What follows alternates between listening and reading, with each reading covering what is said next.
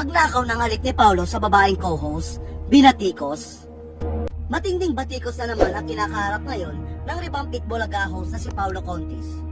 Ito dahil sa ginawa niya sa babaeng co-host niya sa Itbulaga. Talagang buwan-buwan na lang ay nasasakot sa kontrobersiya ang kapuso actor, comedian at host. At ngayon nga ay isang kontrobersiya na naman ang kanyang kinasasangkutan matapos niyang magnakaw ng halik sa isang babaeng co-host niya. Mukhang pinapormahan nga ni Paolo ang babaeng co-host na ito dahil kapansin-pansin ang pagiging sweet niya rito. Hindi rin nakaligtas sa marami ang pagiging touchy at tila para-paraan na galawan ni Paolo para mahalikan at mayakap ang babaeng host. Kamakailan nga ay marami ang nagulantang nang biglang nakawan niya ng halik ang babaeng co-host. Ngunit hindi lang ito ginawa ni Paolo.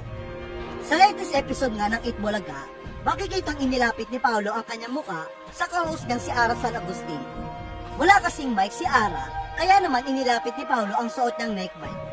Kapansin-pansin namang hirap sa pagsasalita si Ara dahil nakapwesto ang mic malapit sa bibig ni Paolo. At kung nalapit sa kanya si Paolo, inilalayo naman ni Ara ang kanyang mukha. Dahil kung hindi niya ito gagawin, talagang mahalikan siya ni Paolo.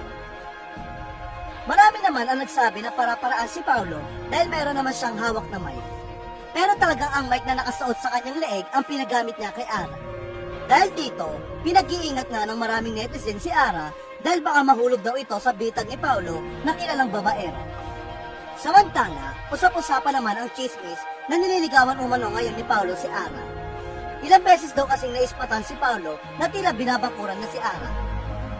Bukod dito, lagi rin nakabuntot kay Ara si Paolo. Ayon pa nga sa mga nakakita sa dalawa, nililigawan umano ngayon ni Paolo si Ara.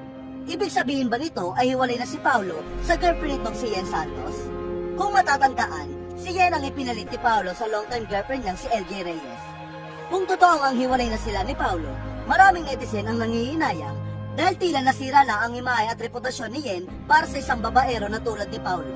Kaya payo nila kay Ara, mag-ingat at huwag magpaloko kay Paolo, lalo pat single umano ngayon si Ara.